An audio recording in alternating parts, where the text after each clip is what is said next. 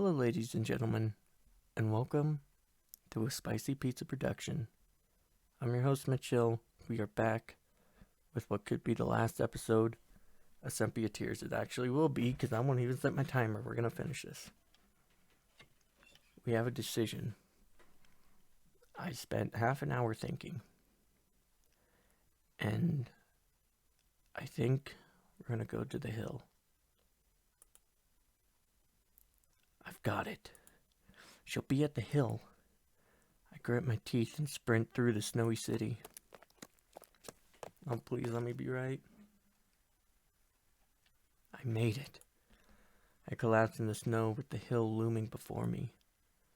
Just a little bit more. A few more steps. A few more frosted breaths.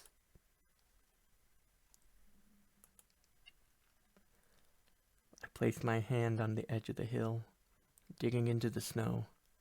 It'll only take a bit more energy to pull myself up.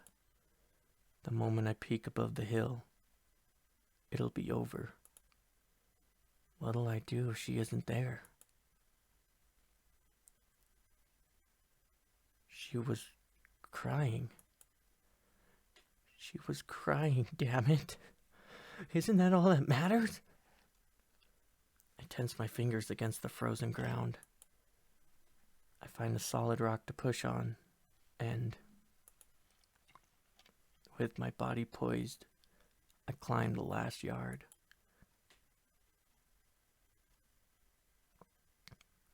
And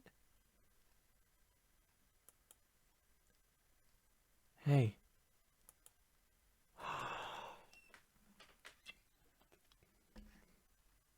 Yes.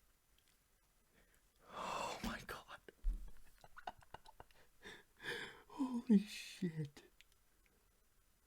Holy shit. You came. I wouldn't be able to forgive myself if I didn't. But why here? Isn't that what I should be asking you? Stop. What? I ran away for a reason. We can't be together.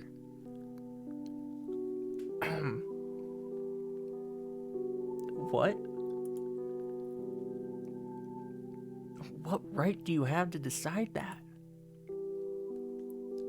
I told you. I was lying from the beginning. Don't you pull... Don't you fucking do this. Shut up. The fleeting snow on Mira's hair drops a lit match in my stomach. And everything goes ablaze. I love you. Now stop talking. I step toward her and she steps back. Wait, you don't understand. It isn't that easy. It isn't that simple. We're not fit for each other, and that'll never change. It didn't work back then, and it sure as hell won't work now. Never? You kidding me? Not in the least. I try to respond, but her expression stops me. Mark, it's over. I screwed up, and we'll never be able to be together after what happened. Goodbye. Wait! I shout at her, but her figure vanishes down a hidden path at the back of the hill. I run after her, but the results don't surprise me. All that's left are footprints in the snow. I collapse. Oh, that's right. I got a glimpse of something while I was chasing after her.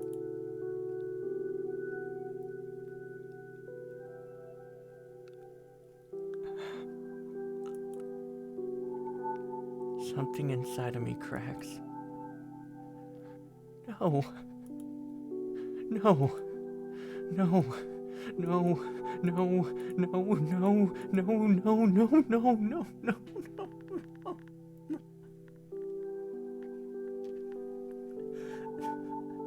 No. You know, I should take up acting again. Sorry, that was just like a random thought. No. This isn't over. I made the right decision. I found her. I read her heart. I was an inch from success, but the cycle continues. Which means as long as I persist, I can try again. Over and over and over and over. Even if it kills me. Even if it turns me into a dry, soulless husk.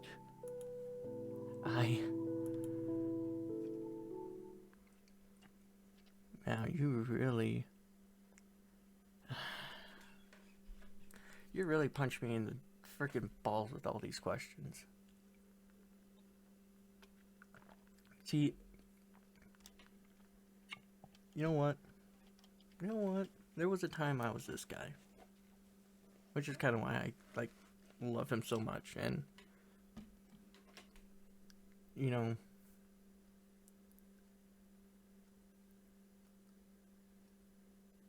I will do exactly what I think I would do if I truly loved someone. Granted, this is a completely different situation. Well, sort of.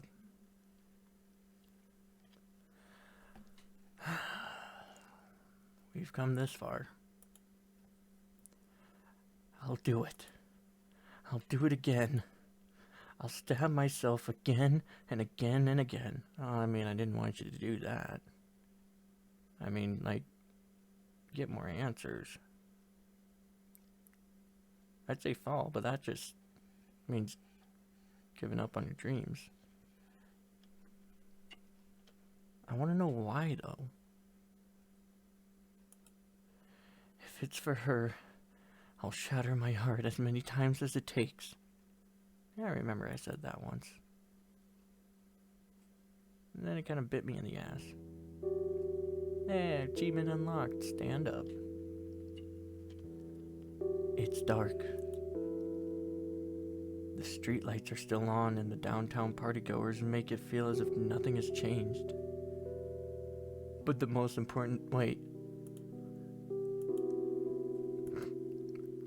What? This isn't a thing... Oh my... What?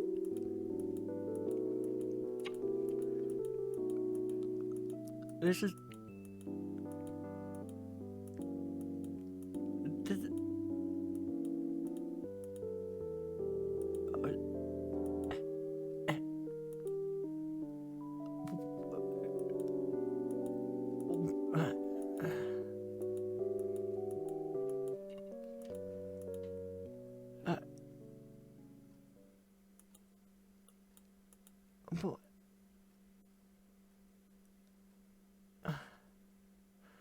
I am at a complete loss of words, really. I've got it, she'll be at the hill. I'm not gonna read. I read it already. It's just... So literally, I can make the same decision over and over and over again and come to the same exact spot.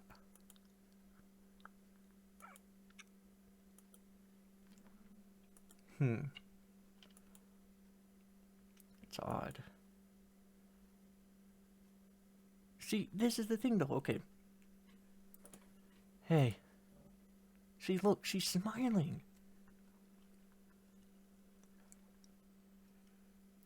You came. See? She's smiling.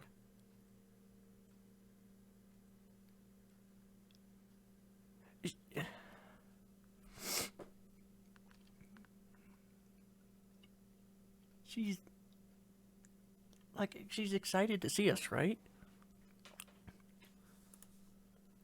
I wouldn't be. Why here? I should be asking you that. Stop. It's the. It's. No. No. No. No. This can't be how it ends. It.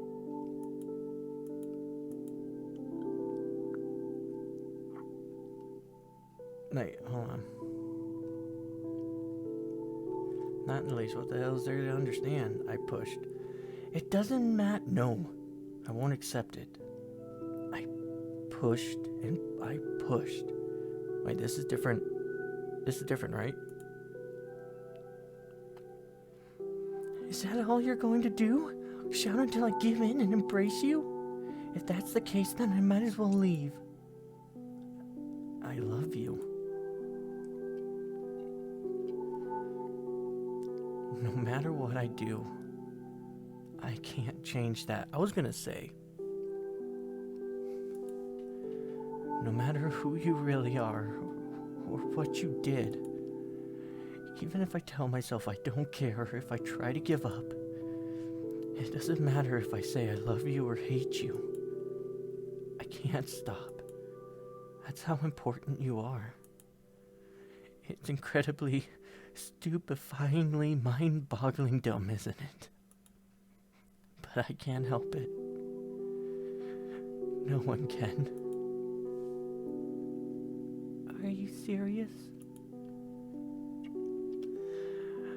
I wish I weren't, but I am. I can't give up on you. Do you think you can give up on me? You shouldn't have come here. God, why here of all places? I only wanted to visit for a moment, just to say goodbye. You were supposed to meet me at the school and... I guess that's just too bad. If you end up hating me, I'll never be able to live with myself.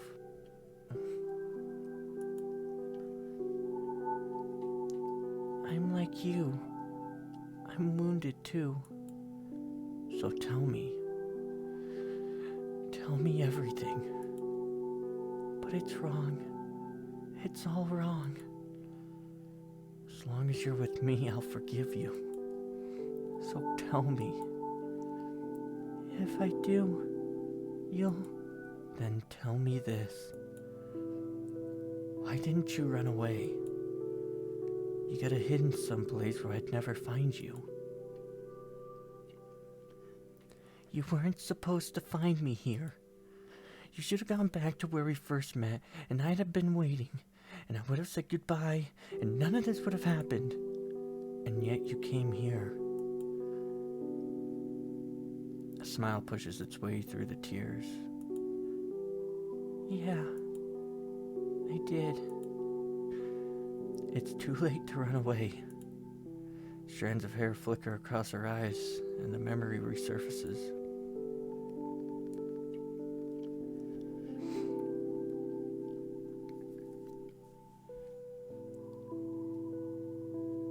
I was there, Mark. I remember everything. Oh my God. We are finally getting the answers. You were hurt. You didn't cry, but you were like a kid realizing for the first time that there's no Santa Claus. What? You mean tell me there ain't no Santa Claus? Where'd all my presents come from then, huh? What, do you think that when I'm falling asleep, my parents would... Oh my God. Sorry, I had to throw some humor in there. I remember you, but you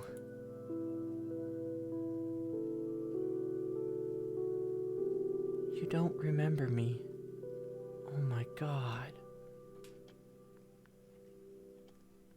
You were there. Mira. It all makes sense. She was never a long-lost love. She was just... I deceived you, Mark. I dressed like her, acted like her, lived like her. Dyed my hair, stole her ribbon, and used it all against you. So what?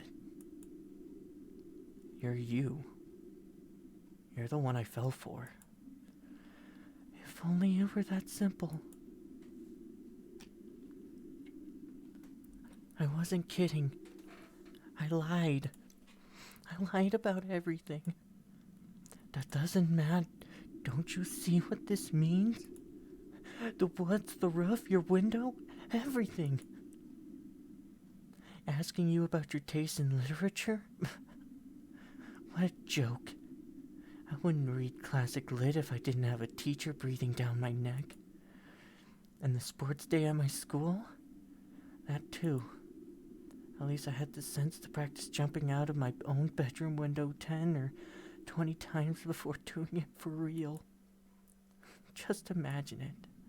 A lonely girl standing in front of the mirror, tying and retying her ribbon until it looked like her crush's crush, her rival, her idol. Standing there for hours, forgetting that there was homework to be done and dinner to be eaten. Just standing there, crying. I knew how hurt you were too. I figured it out as soon as I saw you. But I went ahead with it. I set you up to think you had a chance. I didn't even think twice. The storybook romance doesn't exist, Mark. Wasn't this all a bit too convenient? Reality would never unfold that way. It never does unless one of the parties is putting on a show. Isn't it pathetic? You don't know me. You never even met me. It's everything. Everything about me. This was all just a story to prove that I could make you look at me. To me, you're the boy who changed my life. But to you, I'm no one. The girl you fell for doesn't exist. I'm no savior. I'm a fantastic actress.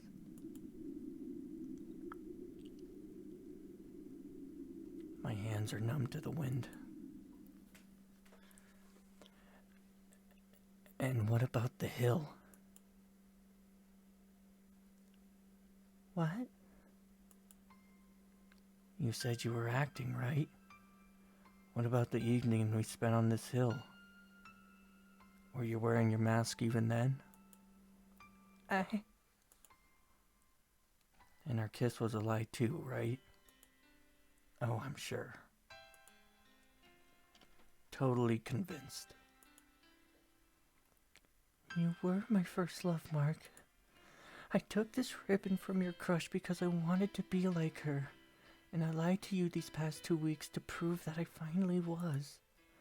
And now that that's done, there's nothing more to be said. I smile. I think you're missing the point. I couldn't expect you to know this, but there's one fact that you forgot to calculate. All this time I wondered if you were a childhood friend. I thought this was all nostalgia. I assumed that was why I was falling for you. You reminded me of something, of someone. But that's not the case at all. We were barely even acquaintances. You know what that means, don't you? That memory is irrelevant. It was you that I fell for. You might think you're a great actress, but you're not perfect. See this? What you're doing right now? This is called acting. Mark, you're not the only one who's done stupid things in the name of love. Confess, don't confess, what does it matter? You're screwed once you fall for someone anyway. So let's make the best of a bad situation, shall we?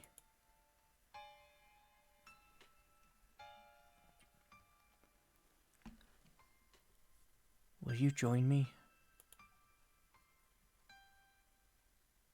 We can't do this. You're weak.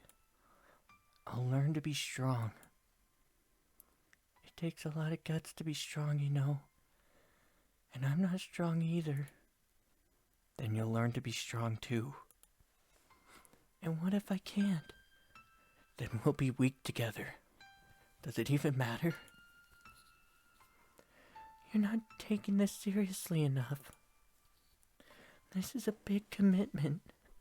Things might go wrong and we can hurt each other. What if you wake up one morning and decide to walk out on me? That won't happen. Then, what if I decide to walk out on you? That's... Gotcha. She runs her hands through her hair and unties the dangling red stripe. That won't happen. You sure? Mm-hmm. Absolutely. I promise.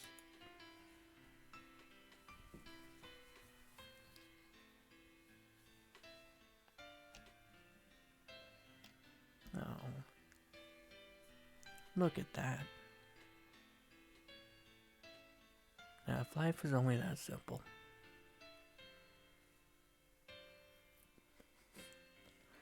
If you make me cry, I'll never forgive you. The feeling's mutual.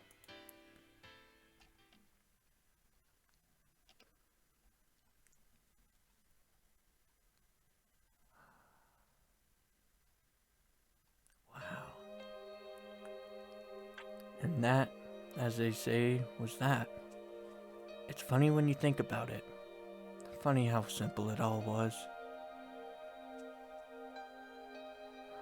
It might not seem like a storybook romance, but it's real. As real as the person in front of me. And so I held her tight as our sepia-dyed tears ran dry. Holy crap.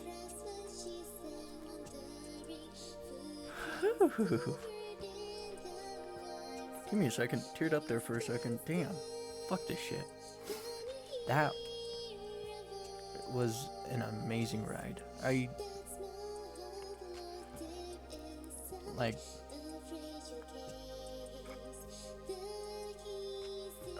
There's just, I can't put it into words right now.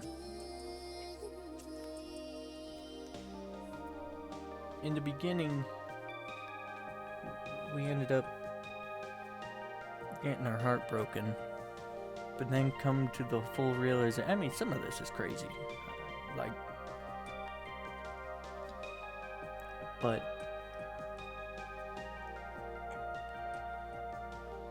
you know, it's funny to think about it.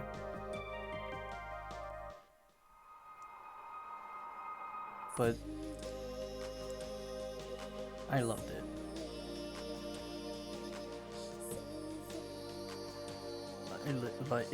I'm at a loss for words right now. Amazing game.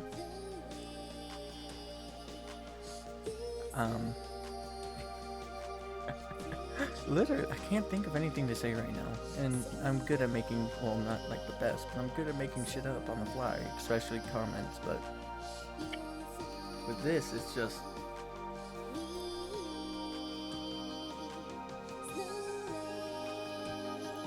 for love to go that strong,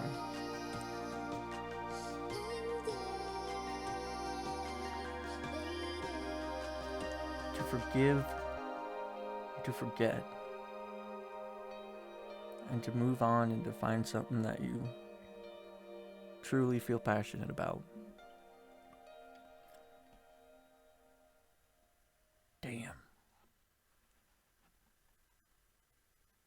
Well, this has been a crazy roller coaster, guys. Between me wanting to punch my computer at some points to the end of this.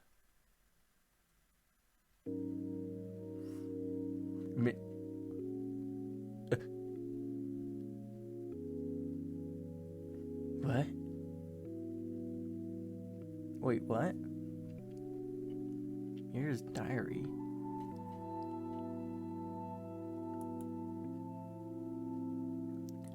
Thursday, January 1st. The 1st of January, the beginning of a new year, a new chapter. There couldn't be a better time to write this entry. I have a confession to make. A couple confessions, actually. I was Mark's classmate in junior high. Or, to be more precise, I was his secret admirer. People were a challenge for me. Mathematics, art, and athletics were easy, but people were a challenge. My father, I called it.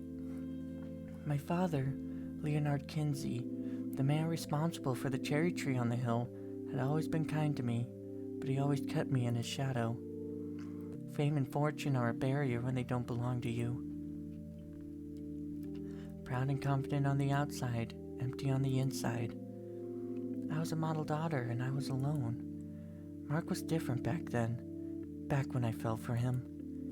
He was creative, charming, always smiling, if a little awkward. He must have thought he could do anything. He certainly acted like it. He caught my eye. He'd doodle in his notebooks as the teachers droned on. I always wondered what he might be daydreaming about. Soon my own daydreams took hold.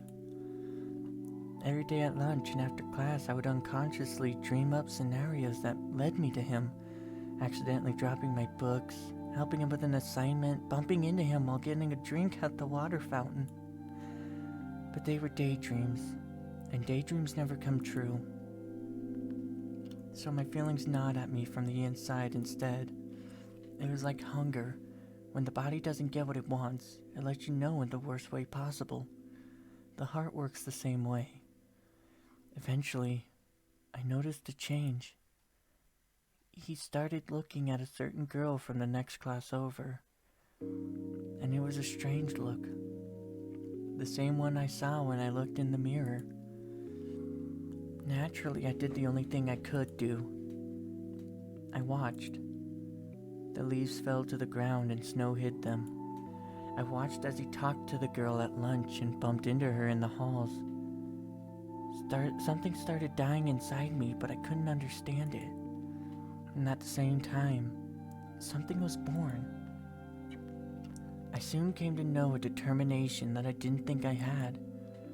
He had told her to meet him on the roof after school, and from the way he paced back and forth in class, pretending to clean and pack his bag as his eyes anxiously darted to the clock, I knew what he was going to do. So I followed him. The confession wasn't as bad as he thought it was, but through the lens of heartbreak, a paper cut becomes a knife wound. The girl was attractive, confident, popular. It was no surprise that he fell for her.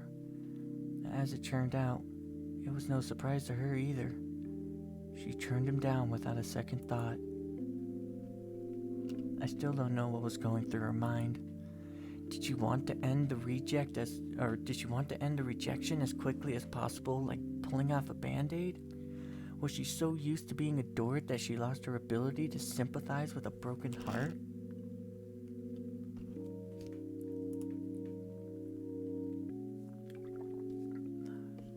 I'm not sure, but when she walked by Mark's incapacitated body, she paused for a moment, pulled the ribbon out of her hair, and wrote something. Did she always do that? Maybe she had an infinite supply of hair ribbons at home and she distributed one to every boy she rejected. Or it was just a whim after noticing that they weren't alone and seeing my no doubt teary eyes. She simply pulled a marker out of her bag, jotted down one final message, dropped it by Mark's hands, and left. The crucial piece of information that took him 3 years to remember was that he never picked up that ribbon. I did. Time flew by after that. I moved overseas with my parents as part of a business decision, but I was glad to escape. I wasn't running away, I was angry. Angry and determined. It didn't take long. I bought new clothes, grew my hair out, got contacts, practiced smiling in front of a mirror. And every day I wore that ribbon in my hair, the memento of 2 tragic first loves. My classmates were distant from me at first, knowing that I was from a wealthy family, but I began to fit in before long. I made real friends there and overcame my phobia of people. All that remained was overcoming my phobia of love. That was when an opportunity fell into my lap. My dad told me that we would be relocating back home, and that I could come with him or stay with my other relatives for a few years. I hesitated for a moment. I was happy, so why return to a place that could only make me sad? But that was precisely why I had to go back. I had something to prove. I came home at the beginning of December, and I was to start attending school when the new term began. Dad allowed me to select the high school of my choice, so I did some research. The excitement was building. I found out that Mark was attending a local high school with his sister and 2 friends, and that it wasn't unreasonable for me to attend as well. In the meantime, I had a month to make contact and see what I had missed out on over those 3 years. If it all went well, I found out that Mark had gotten over his heartbreak. He'd look at me as a girl for the first time, and I'd prove to myself that I wasn't as weak as I used to be. But things never go well. I knew he was empty from the moment I first spoke to him. But even if he didn't want to face his feelings, I could show him that love wasn't something to fear. I'd prove it to him, and prove it to myself. The technical stuff was easy. There was a garden beneath a balcony on the school roof. All I had to do was slide from the balcony to the soil. I hid there for at least 10 minutes, so of course he didn't see any footprints. After that, all I had to do was make use of my surroundings. He already expected me to do the impossible, so disappearing in the forest was as simple as stepping off the path and hiding behind a tree. He knew he didn't have to search for me, because I promised to find him. Mark saw through me, apparently. I was surprised. I tricked him at first, but he knew that I was smiling from my heart when I found him in that park after he talked to Lillian. I was shocked when I found myself enjoying the conversation. Shocked and a little afraid. The visit to his room wasn't even part of the plan. I just wanted to see him. It was fun to tease him, to see his reactions to my silliness, and I wanted to get swept up and taken to the first place he could think of. I started to see the quirky charm buried beneath years of forced apathy. Before long, I was in love. It was terrible. I didn't want to fall for him. I just wanted to prove that I was no longer a slave to my emotions. But I ended up proving the opposite. The more I think about it, the more cruel it becomes. Am I only happy because I forced myself to change 3 years ago? My confidence started out as nothing but a lie. Is that what it takes? And what about Mark? Even after trying his hardest, he still got hurt, both 3 years ago and now. If I hadn't met him, would he still be avoiding love at every turn? It's horrible. No matter how much we talked, all we could come up with is that love is a horrible, horrible thing. All is fair because it doesn't play by the rules. You can fight your hardest or give up before the battle begins, and you can still win or lose. There's no structure to life, no overarching theme or black and white belief that determines who succeeds and who fails. There isn't always a lesson. Einstein was wrong. Repeating the same action over and over can drastically different results, and finding a new method doesn't guarantee change. Maybe, in the end, all that matters is that you don't run away. If an ideal appears before you, seize it. Make the storybook real. Alright, that was satisfying, but my head is aching and I need to get to bed. We've got a long year ahead of us, and I'm still tired from our New Year's celebration last night.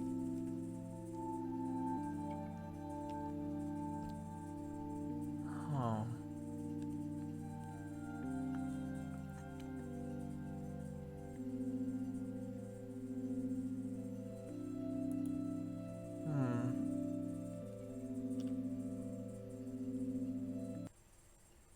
Wow. So, now that I dragged this episode on a little bit longer than usual, I want to thank you guys for taking this journey with me. And as always, don't forget to like, subscribe, favorite, and share this with your friends, your family, your grandma, your grandpa, your first love, your last love, your crush, or your better half. I've been Mitch, and I will see you all next time.